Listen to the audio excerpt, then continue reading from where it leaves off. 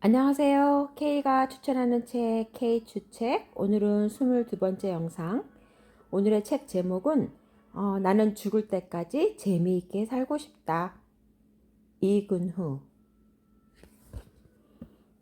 지은이 이근후님에 대해서 먼저 소개할게요.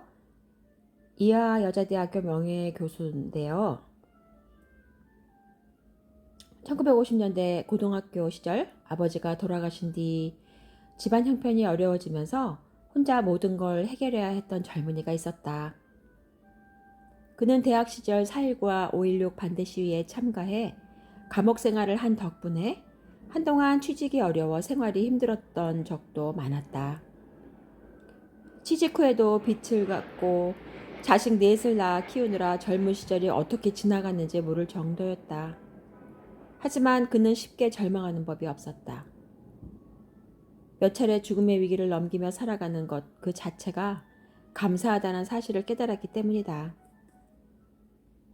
그는 이하 여자대학교 교수이자 정신과 전문의로 50년간 환자를 돌보고 학생들을 가르쳤다.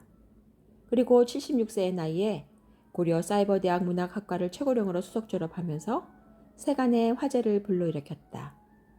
은퇴 후에 다시 학생이 되어 배움의 길에 들어선 그는 그저 웃으며 일은 너머한 공부가 가장 재미있었다라고 말할 뿐이다.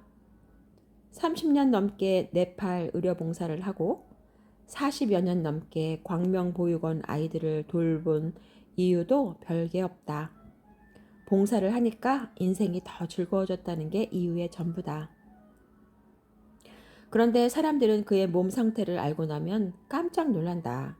그는 10년 전 왼쪽 눈의 시력을 완전히 잃고 당뇨, 고혈압, 통풍, 허리디스크 등 7가지 병과 함께 살아가고 있다. 걸어다니는 종합병원이나 다름없는 셈이다. 그럼에도 그는 퇴임 후 아내와 함께 사단법인 가족 아카데미아를 설립하여 청소년 성상담, 부모교육, 노년을 위한 생애 준비 교육 등의 활동을 활발하게 펼치고 있다. 우리나라 최초로 폐쇄적인 정신병동을 개방병동으로 바꾸고 정신질환 치료법으로 사이코 드라마를 도입했으며 한국 정신치료학회를 설립하는 등 우리나라 정신의학 발전에 공헌한 바가 크지만 그는 또한 필요한 일이고 하고 싶어 했을 뿐 대단한 일이 아니라고 잘라 말한다. 또한 그는 한 여자의 남편이자 내 아이의 아버지로 살아오면서 절대 자식 인생에 간섭하는 부모는 되지 말아야지 마음먹었더랬다. 현재 그는 결혼한 네 자녀 부부와 4명의 손자, 손녀까지 모두 3대 13명이 한 집에 모여 사는 대가족을 이루고 있는데 그 화목함의 비결은 딱 하나이다. 각기 독특한 개성을 지닌 식구 전체가 행복해야 한다는 것. 그래서 시아버지로서 며느리에게 거절하는 법부터 가르칠 정도로 상호 불간섭주의와 독립성을 보장하고 지켜오고 있다. 그랬더니 오히려 가족 간 허물 없는 소통이 이루어졌다며 즐거워한다. 여든을 앞둔 지금도 그는 하루하루 사는 일이 재미있다고 말한다. 공부를 하고 청탁 원고를 쓰고 제자들에게 안부 메일을 보낸다. 찾아오는 이들을 반갑게 맞이하고 그리운 이들에게 연락하길 주저하지 않는다. 앞만 보며 달렸던 젊은 시절에는 몰랐던 여유로운 즐거움이다. 누구나 즐겁고 재미있게 인생을 살고 싶어 한다. 하지만 진짜로 인생을 즐기는 사람은 재미있는 일을 선택하는 사람이 아니라 아무리 어려운 상황에 처해 있어도 재미있게 해낼 것이라고 생각하는 사람이다. 그 순간순간이 쌓여 진짜 재미있는 삶을 만든다. 그래서 인생의 새로운 출발점에서 어떻게 살 것인가 고민하는 후배들에게 말한다. 노력하는 한 방황하는 것이므로 나이 드는 것을 너무 두려워할 필요 없다고. 그리고 좀 두렵더라도 나는 죽을 때까지 재미있게 살겠다는 그 다짐을 잃지 말라고. 그것만으로도 인생은 훨씬 풍요로울 수 있다고.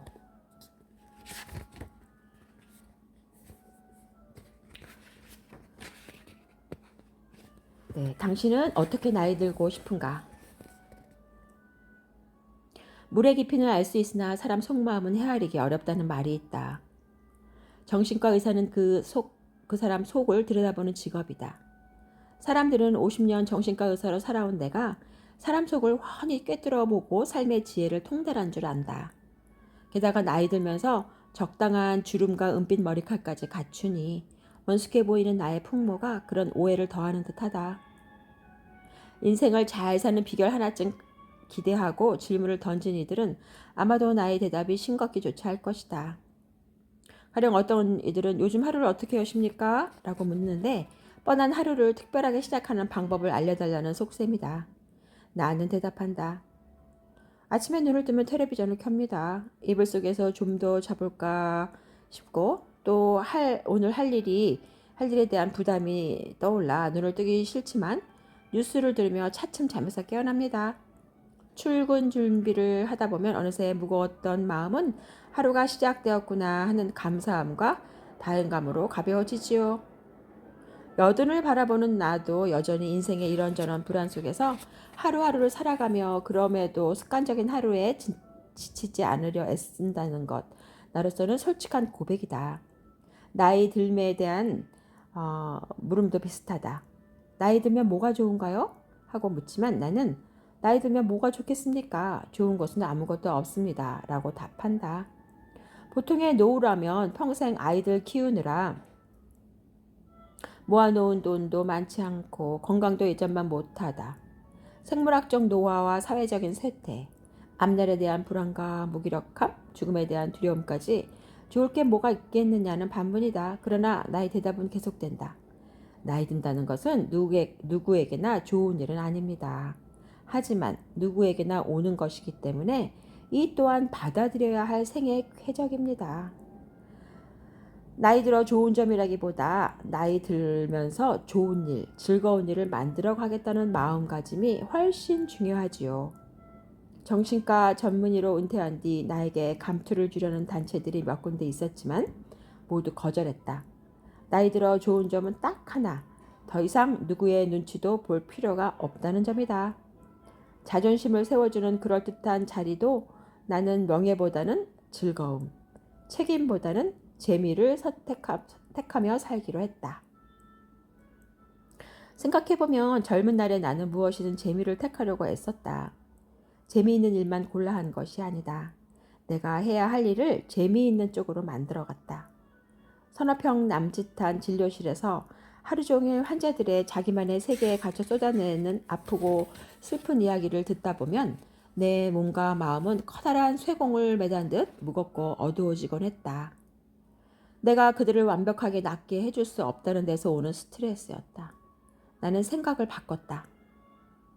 환자들이 조금이라도 나아지는데 도움이 되는 일을 해보자고. 그러자 좋은 생각들이 많이 떠올랐고 곧바로 실천에 옮겼다. 정신과 폐쇄병동을 개방병동으로 바꾸고 환자들이 속마음을 털어내는 사이코 드라마를 시도하고 정신이 아플 뿐 몸은 건강한 환자들을 위해 체력 단련실을 만들었다.